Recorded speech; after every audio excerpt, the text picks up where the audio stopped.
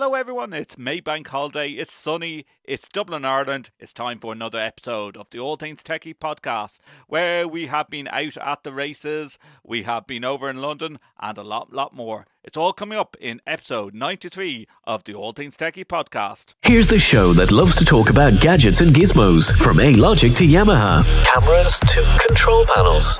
You get what I mean. We love talking all things techie. In fact, that's the name of the show. And here is your host, Justin Hello Dawson. again, it's Justin Dawson. It's the All Things TechIE Podcast, episode 93, and welcome to episode 93 of the All Things TechIE Podcast. Should you like to get in contact with the program, all the details is on the bottom of your screen. If you are watching us on YouTube, we always recommend you watch the show on YouTube because we talk about things, we show you things. So go over to the YouTube channel. And also, if you want to watch this as a visual, or you can look back on all previous 92 episodes of the All Things TechIE Podcast by visiting www.allthingstech.ie for All Things TechIE.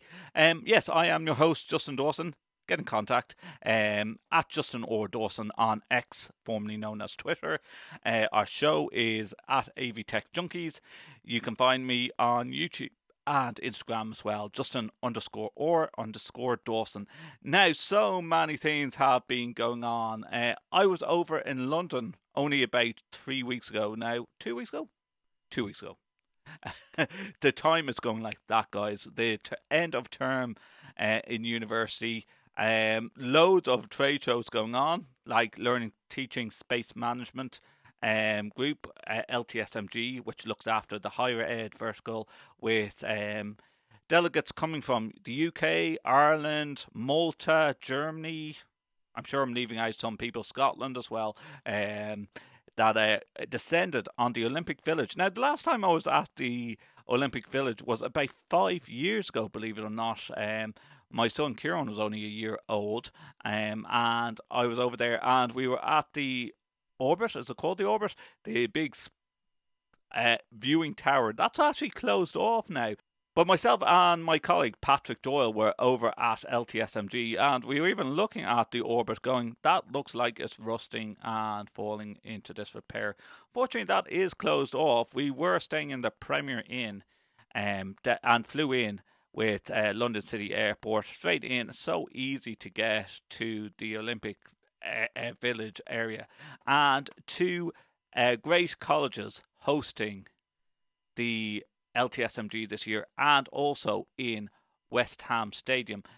Starting off with Marcus Saunders from London College of Fashion at East Bank. Marcus Saunders was talking about delivering LCF at East Bank, and a great tour that Marcus gave us around the building. Following this, we have collaborative design through architecture with Bruno Marcelino, and delivering UCL East Marshgate with Sheila Egan. Thanks to the LTSMG steering group for recording these and sending them out as live feeds. Just taking a couple of clips of each part here.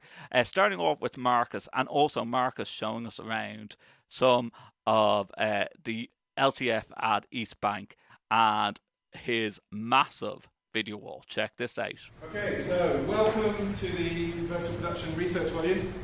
This is part of the Fashion Textiles and Technology Institute. Yeah, I got in the end. And it was a research fund from the AHRC that allowed us to build this volume, and to build it with the idea that essentially we're exploring and experimenting in textile, cloth simulation, movement, at that intersection between fashion and technology. And I think one of the things that's very difficult in these spaces, just getting into these spaces, if you think about the way most of these volumes are constructed with a particular production in mind, and they have a whole lot of tech viz and previs that goes into that designs the volume. This is a pure research space, so you don't have that brief to start with. So you have to try and build something that's going to facilitate that experimentation. But again, in an art and design context, that isn't really happening. You can correct me if I'm wrong, David.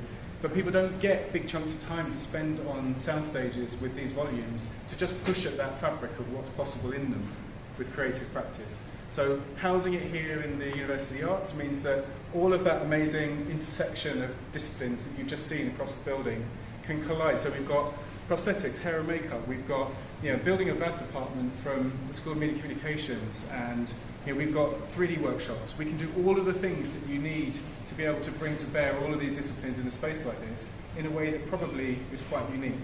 So that was one of the reasons we were able to get this bid. In terms of cost, this is a relatively small investment for a volume. You'll have seen or have read about some investments in Belfast or at Pinewood for Surrey and Roehampton, and they're in the kind of 50 to 70 million pound mark.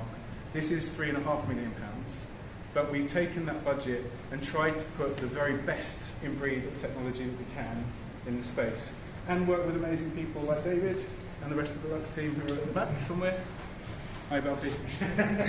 So we're actually in the process at the moment. This isn't finished yet, obviously, but David's holding his Sputnik, and I'll pass that into the audience so you can kind of get a sense of what's going on. So this represents the camera position.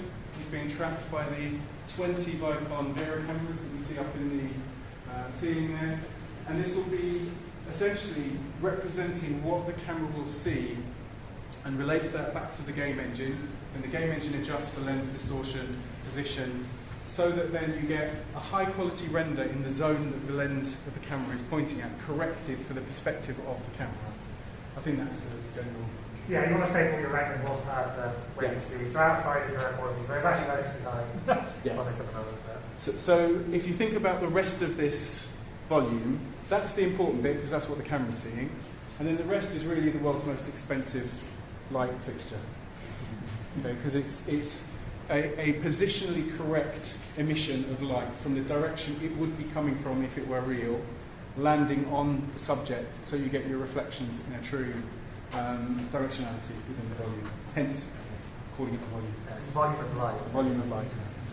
So I'll hand this out actually if anyone wants to have a quick play with that and get a sense of what's going on with the tracking. And if you imagine all the people in here, the occlusion as it's called when you start to block, just try hiding it behind someone and see if it still works. It's still reasonably good, right? And that's because of the number of cameras picking up the position of those emitters. So yes, you could be wearing a lycra suit with lots of little bobbles on you and running around this space. So one of the other bits that we're really interested in is we've got the V&A, we've got, so in terms of materiality and the archive that they have, we've got Sadler's Wells, and we've got lots of relationships already in place for things like how will this interact with performance. So how does game engine and performance work? What can you do at that intersection? So it's a really rich scene for research. And it's amazing. It's been a huge part of my life for the last many years, 5 years. So my brief today was to kind of wrap it up really and talk about how we got here, how that worked out, the good, the bad, and the ugly. So I have to do this bit just because for those of you who don't know about us already, we're actually all of these institutes and colleges. I'll do it really quickly just so we can get through. But this is how we're made up. This is our constitution. This is how LCF is and what our studentship represents, which is incredibly broad and diverse community of students. And that's also reflected in the staff and in the technicians. So we're very lucky to be working in such a dynamic environment. We've just been reaffirmed as the #2 worldwide art and design institution. That was a couple of weeks ago for the 6th year running with the RCA, another London institute, the #1 postgraduate university, and we offer undergraduate and postgraduate study. So we have some AV people here, I think. So I thought, we'll cover just that wrap up. I'm not going to go into too much detail. So the brief, we've talked about briefs a bit today. The brief for this building was, how do you deliver and deploy at speed and scale? Because actually the window, we were moving 6 buildings from across London, and we had a summer essentially to get in. We had to engineer solutions that allowed us to deploy quickly, because that's what the project required. The number of spaces, so we have an in-house team, the wonderful technicians that have been running the event today and that you've seen around the space. We have an in-house integration team, that's how I describe it. Very competent team who can install, refurb, and design systems. We partnered with Kinley as part of this because obviously at around 215 locations in 4 months, that's too big for a team that's in-house. So that's why we went that route, but the design was very much ours. Everything that you've seen today is the same. It isn't different at all. So any of these spaces, I think some of you have been in that space, probably not that one, but that's a standard lecture seminar room and a small tutorial room. They're all the same. It's one system. For the heart spaces, as they're called, and you've seen these systems, it's the same system, it's the same. The spires, same system. The acoustics through the heart space have been very carefully considered. They've been very carefully considered in here. And that, again, is about attention to detail. We modeled the acoustics based on pedagogic principles. And I think that shows as you walk around the building. So somebody earlier asked me, what's inside it? Right, so that's what's inside it. Virtually nothing. It covers the outlets, so you have the cableway to go to the screen, and then the ports, and that's it. And that chassis is removable. It's toolless. You can pick it up, take it out, swap it out in 2 minutes. And if you're wondering what the white box is on the left-hand side, that's the Bluetooth check-in beacon for attendance monitoring, also hidden inside that box. You've been in the virtual production lab today. I'm not going to talk much about this because we have David Gray, who will be speaking in a short while. But this was the kind of brief behind it. That's what we got funded to do. I'm not going to read it, but it's a very, very exciting space. And this lens that we've been talking about of fashion and that collision with technologies like virtual production is just such an exciting time for us here. David actually helped us do all of the initial assessment around panels that we looked at. We looked at a number of panels. We did some testing, both from a color science perspective, but also with cameras. What we ended up doing was selecting a manufacturer's panel that was A, not quite available, and B, jumped forward quite a leap in terms of what was possible. So we appointed Sony through really critical analysis, and I would urge you, any of you who are planning to do these spaces, build volumes, build XR stages, don't take anyone's word for it. Don't think because someone else built something somewhere, like me building something with a Sony panel here, that you should do the same. Do the color science, do the testing, get the camera tests running, and make your own decision, because it will be different for you than it will be for me. And it's really important that you take that rigor to the process. It's really hard to do. And others. That's it for me. Thank you for listening, and thank you for coming today, and thank you to all of the technicians that make all of this possible in this building every day of the week. And then about collaborative design through architecture, Bruno talking about how they built this campus. Like it's just fascinating walking around both campuses around the Olympic Village that like were only built in the past 2-3 years, and the size of the campus. And what I really loved was like they really don't have lecture theatres. This goes back to what Joe Way and myself have talked about, that, is there a need for lecture theatres anymore? Answers on a postcard, please send them in to the All Things TechIE Podcast. The details are at the bottom of the screen. Have a listen to Bruno and what he had to say. So, roughly speaking, the building is 42,000 square meters gross. It should have around 3,500 people every day, and it's 70 meters above podium. Part of a family, like Gavin mentioned, which is the new cultural quarter. So what you can see in the image is these 4 buildings, so can I point to this? You can see the 4 buildings and its relationship both with the park and with the North Stratford. So in this image is an elevation, and it's interesting to see how the site is actually really constrained. So what you have here is a plot that goes from this point roughly to the aquatic center, and it needed to allow for enough space for the 4 institutions. The footprint of Sadler's Wells is dictated by the venues, so the big room. BBC needs a footprint to accommodate the recording studios, and V&A requires a footprint that accommodates the exhibition spaces. So we were left with the space in between which gave us a footprint of roughly 60 meters by 60 meters. So you can see here, so in a way, if you slice the building horizontally, you can see the heart space clearly defined in the middle, and then what we call generically the workshops. But they include seminars, they include workshops, they include also offices. So all the ring of rooms around the heart. One of the most challenging things was to provide the college with ultimate flexibility in the spaces. And in order to give them that, we considered that the heart itself is structural. So we have the heart is defined basically by columns. And then the other most important component of the superstructure is the facade itself. So all the building needs to be held up is the heart and the facade. That means that all the teaching spaces are columnless, which also means that you can reconfigure these partitions in any sort of way, which gives you a high degree of flexibility for the future of the building. Sheila Egan also gave a great talk about delivering UCL East. Have a listen to this. One of the key things about the UCL East campus is that the idea of it is that we're getting different courses together, and they're going to kind of create courses for the future and courses for now. We only had about, I think, 5 courses actually move over from Bloomsbury.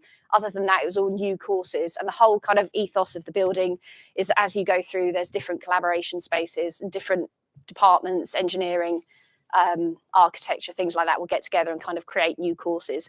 But it's quite a different approach as a Russell Group university. So a big key thing was the kind of shared facilities. I'm going to talk about the wet lab and the dry lab, but that was a really key thing. It's very new for UCL to have shared facilities. Usually the different faculties don't share. So I've just put up this slide. It's a very high level slide, but it just shows what our kind of delivery process is. So I was lucky when I joined UCL, we actually already had a team of designers. So our kind of process is I now insist that we meet with end users at the start, end users, main building occupiers. Sometimes it's quite difficult to get to the end users, but I'll try and be quite tenacious about the whole thing. And then I'll write up a high level AV narrative to ensure that I know what we're kind of trying to achieve with the AV systems. We then hopefully get CAD designs for the building and rooms we're working on, definitely plans, RCPs if we're lucky.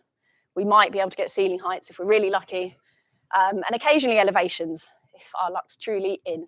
So we use these to try and inform our AV&E designs because one of the things I think is really key, people talk about future-proofing a lot, and I actually think if you've got network in the right places, if you've got floor boxes in the right places, you can pretty much do anything after that. If you don't have any of that, particularly UCL East is all poured concrete walls, so we had to get all the containment into the walls and stuff really, really early.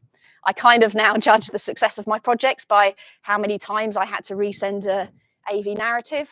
I only have 3 on the 2 buildings, so I kind of think that's quite good. And just some sort of higher level tips as well that we think about. We're really used to looking at plans. We get RCPs, we get elevations, we have an idea of how big the windows are, how tall the ceiling is. Our end users don't. They've got no idea. It doesn't mean anything to them. So I think approaching people with empathy, trying to help them on that journey can be really, really helpful. If you think you've got a similar space elsewhere, take them to it, let them walk around, let them think about where everything is. Because I think sometimes that's where people come up with impractical solutions. They don't understand that they're impractical, but when they actually kind of walk around the space, they realise it. I think as well, be aware of the bigger picture at your institution. If there's stuff that's going to change in the next couple of years, build in a bit of flexibility. If your institution's thinking about going from a Teams room to Zoom rooms, buy something that you can change the firmware and do that, because people get really cross if you've wasted their money. We have a lot of departmental spends at UCL. People get really cross if it then doesn't work a couple of years later. And then it's your problem, or Ketan's problem, mostly. And just consider what else is in the building. I don't know about you guys, but UCL sometimes does things by floors instead of by building. So sometimes we'll have end users that go into a really old room that's a department space with like a push button Crestron from 2005. And then they're going into one of our new kind of whizzy spaces. And the kind of cognitive load of moving between those 2 spaces to teach can be quite a lot. So it's worth thinking about the surrounding spaces as well. And again, I've just put it on there again. Don't be afraid to say what you can't deliver. If it's not going to do it, just tell them up front. They'll be okay with it. Or they'll come back to you when they've, decided what they really want to do with the space. So just moving on to being a bit more building specific and some of the spaces that we've got. I've got no idea what time we started now, Ketan, so Hopefully I'm with time. So UCL East Poole Street, we've got over 200 ensuite rooms. It was mainly about the residencies. We really need to expand our residencies. 9 bedrooms per flat, tiny bedrooms like this, like a galley, but they have these really big kind of kitchen dining spaces. The kind of shared spaces are really big, really nice. We've got 1 cinema space, and it is actually a cinema space. It's got 35mm analog projectors in it, and most of my kit's kind of somewhere else.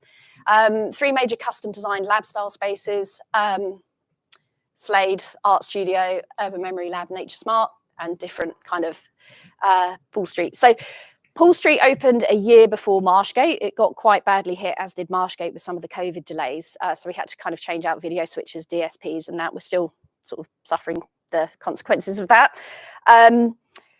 One of the things I learned from Poole Street opening a year earlier would have been think about the functions that are going to be available in Marshgate, because all the people in Poole Street are still going to need those functions for the 9 months. So one of the things that I probably would have done was, in one of our large classroom spaces, I would have added an extra camera so you could have big meetings. For example, with the biggest meeting room there is about four to 6 people. So yeah, I would have just thought, oh, okay, yeah, think about the wider campus picture. The cinema, as I mentioned, it's a really interesting space. It's huge. It's one of the biggest spaces here. The cinema was almost designed for one end user in our media anthropology department. And there was a lot of negotiation with that. I had to negotiate just to get our projector in a projection room, which seems a bit sad. And I think with hindsight, I actually would have argued a little bit better to have more say in the systems that went in, because as it turned out, it's being used for events far more than it's ever being used as a cinema.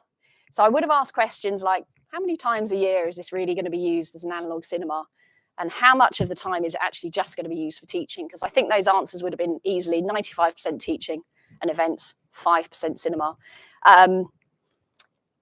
Yeah, I would have thought a bit more. Obviously, it was kind of through that COVID period, but obviously the events now, there's a greater request for hybrid. So we've recently added hybrid equipment into the cinema. I've got a kind of camera that faces the audience and stuff. So yeah, I would have pushed for power to all the seats as well, because that I think was just overlooked for whatever reason. So yeah, I think with hindsight, I probably would have had some more difficult conversations. But there we go. You live and learn. It's still a fabulous space and people love using it for events. It's Justin Dawson. It's the All Things TechIE Podcast. Look where we are for LTSMG 2024. We're at West Ham Stadium, where they're cutting the grass. So the exhibition is in here. I've sort of snuck out at the side door to see the grounds of West Ham United over here. Last day of LTSMG. Everyone is exhausted. Yeah, this is what happens at conferences. I've just been talking to Phil Wardhouse from Shure, who's literally showed me this back door. And what's really annoying is Liverpool are playing here tomorrow, and I didn't think of staying an extra night. Well, our season's over, guys. Our season's over. Love Klopp to bits, but our season's over. So here we are at LTSMG. Fantastic event. It has been busy. There's about 30-40 different booths. Nice to be able to talk about AV in a higher ed perspective at LTSMG. This whole area since LTSMG 5 years ago has completely and utterly changed. I was here for it in here east. We have been seeing UCL and that campus. My God, Marcus, what a campus. The guys at LTSMG, the steering committee, have pulled off once again an amazing LTSMG. Last night, Turkish dinner and a few beers. I got a hat. You'll see it in the photo. I'm going to overlay that. But here we are. So there you go. There's West Ham Stadium. There's the Hammers. Let's have a quick tour around. And there's the commentary booth over there. Okay, better get in. Better get inside and look at tech. Good morning. Hello. From LTSMG. Yes, live. For the All Things TechIE Podcast. I'm here with Phil. You might know this guy. Yes. Yeah. I've been around this industry for a few years now. Yeah. A little while. It's 9 a.m. on the last day of LTSMG, and we're fresh on the daisy, aren't we? We are, yes. We are, yeah, of course we are. Kind of. Yeah. Are we here live on the Shure stand? Sure stand, yeah. What? Okay, Phil, you have to do your pitch now. You have like all of 5 minutes to do your pitch. Go. 3 things. We've got the 902, which is the integrated ceiling tile microphone array and speaker. We've got the 901, which is the new launched ISE ceiling tile microphone array. Yeah. And the next 2, the 2-channel wireless microphone system with the built-in DSP, access point and charger. So it's here on the stand. Oh, don't forget the new microphone. Oh yeah. This right here is the new MX. Nope, the new MV7 Plus. MV7 Plus. What's great about it? With its new digital popper stopper. Popper stopper. It's got a little bit of built. Is that what they call it? A popper stopper. Popper Yep. Yeah, don't try and say that after a few drinks Nope. at LTSMG. No, don't do that. Don't do that. Definitely don't say it last night. And it's also got the new light system, so the ability to give you a new colour. So you could even do the Irish colours. Yes. It's slightly more Ivory Coast, but you can do it. But yeah, you can do it on there. Yeah. You did it the wrong way round, didn't you? You Yes, did it orange, I did, white, yes. and green. Yes. He's admitting to that right now. I am. Yeah. Phil, are we going over to Infocom? You're going over to Infocom, aren't you? Sure, are going to Infocom. They're not allowing you. They're not allowing you out of this. I'm the new boy. Yes. I won't be there, unfortunately. Will You'll be there. Will your old company not pay? Well, that's a good point. I could ask the question, couldn't I? Yeah. I'll go give them a shout. Yeah. I'll go and see them. Come with me. Watch this space. As always, it's Michael from Wolf Vision. You know, looking incredible. I'm using my badge. Looking incredibly fresh of the last day of LTSMG. That's it, yeah. Got to nice and to bed early. Yeah, You were sleep. well behaved. This has been one of the more calmer LTSMG nights last night. It's been very civilised. Very civilised. We had Turkish meals, but I did steal a hat still. Oh, did you? I did, yeah. And then I got stopped. And then I was like, oh, come on, I'm an influencer. And they stopped me. So I gave them a $5 and they let me keep that. So, Nice. yeah. You can take that back home, more merch. Yeah. And nice. Do you think I'll get arrested if I wear it in the airport? No, you should be fine. Yeah, Answer it on a postcard, please. Yeah, you'll have to take it off for security, but other than that. Has Wolf Vision got anything new, Michael, that you want to show? We've got lots new. Well, I mean, it's worth seeing as anyway, but we've got the whole Visualizer? Whole composer view, so control for the user. I've never seen this tech before. Well, this is where DCU have been using this for a long time now. Yeah. But this is the user's interface. We've got the 2 screens, so left screen, right screen, which we can preview up at the top. We tap, and we can also annotate over the content as well. Yeah. And then part of that is the whole active learning side as well. So remote stations, which we can live preview. And then we can also send content to other spaces or share to all. Do it that way. And then we've also got the sign-up video bar. So everyone's doing video bars, so you have to go, what is different about your video bar to every other video bar? So it's an all-in-one bring your own meeting video bar. Right. So the idea is the user brings their own device, connects with an app, and will send your content to the sign-up video bar, and in return you'll get the camera and the microphone back wirelessly, which means you could use Teams, Zoom, WebEx, Google Meet, FaceTime, whatever you might like. He's done a sales pitch in all of 5 minutes. Give this guy a raise. I'm with Sammy. Sammy, how do you still look young and beautiful? And how many months pregnant now? 6. It's the first time, I think, in AV history that I am sober in the morning. Yeah. This is not normal for Sammy, you know. Absolutely not, no. No, we've done so many gigs together, and yet Sammy is sober. I look a lot better than Guy. Oh, yeah. There he is. Yeah. Did you steal a Turkish hat last night? I didn't know. I did. I know you did. Of course I did. Of course I did. They stopped me and I said, hey, I'm doing a podcast, so I need a hat. So they said, oh, give us a $5. Yeah. I got told to put mine back. So what have we got new, Sammy? So the main thing I think everyone's talking about, the stars of the show, has to be our fantastic e-paper. Modelling my photography Is that your photography? Yeah, from Dubai. Oh, nice. But this is our e-paper. So hold on.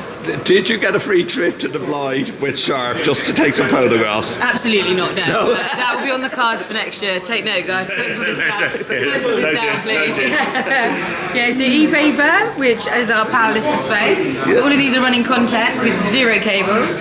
Thank you, and kind regards. Oh, wow. Which is amazing. So on the back here, if you wanted to, you can insert a battery or PoE injector. You only need power to change content. That's cool. Nice and perfect. No backlight on it, so don't worry about screen burn. And it works by the comfort of lighting. Just like your Sky remotes. And here we've got a bit of a DIY show me tell me, which is how to take on and off LED tiles. Bringing maintenance a bit more in-house, which is one of the things that universities have asked manufacturers to look at, actually. So what we've brought with us is our lovely Dawson tool. Obviously, Justin, you can get hands-on if you're feeling fresh. Turn this little device on like this. Put it onto the LED tile like so. Put the button, and voila! That is pretty Swap cool. out your tiles. I hope Dyson are sponsoring you for this. They should be. They should be. Yeah. But no. Yeah, nice. Yeah, there's the main features we've got, which have been quite a big hit actually. So it's been a good show. Yeah, the hot one of the show has been the e-paper. E-paper, for sure. yeah. The e-paper is nice, very nice. Yes. For more information and to find Sammy online, Yeah. please visit. Sharp NEC's website, or email me directly, samantha.buse, that's sharp.eu. So my thanks to all the steering committee, and great to meet everyone at LTSMG 2024 this year. And from that, moving on, I was promoting AV Groupie all the time when I was over at LTSMG, and the amount of different booths and distributors and manufacturers that were like, oh, we're coming over to Ireland soon. And it's like, well, tell you about AV Groupie, because it seemed that everyone was coming over at different times. So AV Groupie has absolutely grown since LTSMG, and talking to all the manufacturers over there that are coming over to Ireland at some point in time. And if you haven't found out about AV Groupie and the network for Irish AV professionals, please visit avgroup.ie. Here's a bit about AV Groupie. Attention all Irish audiovisual professionals. Are you ready to take your career to the next level? Look no further than AV Groupie, Ireland's ultimate online hub for audiovisual networking. Join a vibrant community of AV experts where you can connect, collaborate and create magic together, all from the comfort of your device. Whether you're a lighting wizard, a sound maestro, a visual effects guru or any AV enthusiast, AV Groupie is the place to be. Post your portfolio, exchange ideas, find exciting opportunities and stay updated with the latest industry trends. The power of networking is just a click away. AV Groupie, the network for Irish AV professionals. Visit avgroup.ie. And my thanks to the AV Magazine and Clive and Guy Campus for running an article in the AV Magazine about AV Groupie and what we're trying to do, and I shall put that link in the show notes of this program. If you'd like to get in contact with the All Things TechIE Podcast, if you're watching us on YouTube, the details are on the bottom of the screen. You can tweet me directly at Justin or Dawson. You can also X or Twitter me at AV Tech Junkies for the show. I'm on YouTube at Justin _or Dawson, and also on Instagram, Justin _or Dawson. Now, a couple of days later, or about a week or so later, I went out with AVI SPL to Punchestown Racecourse for full race day. Have a look at this.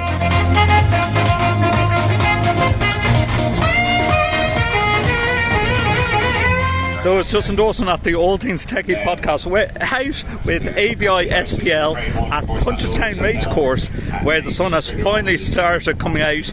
It's a full race day.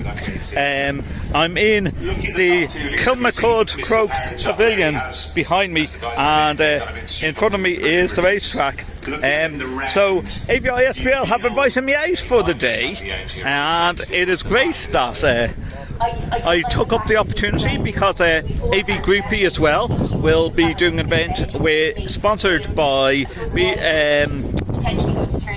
X2O Media. I need to say X2O Media sponsoring the event with AV Groupie, and thanks to Clive and all the guys at AV Magazine, they have done a piece for me talking about AV Groupie, and sign up at avgroup.com.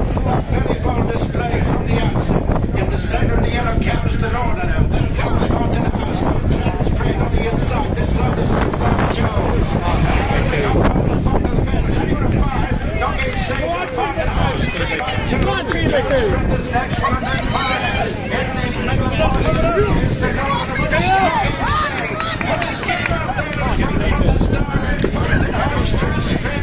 I am €7.50 up. €7.50 up. I've put a fiver on each bet at the moment, and yes, so there we go. Typically, the first horse that I bet on Tech Talk comes in without a jockey on its back. But you know what? I was more successful throughout the day. I did end up being €10 up. Despite putting €20 on a raffle, didn't win any prizes, unfortunately, in the raffle there.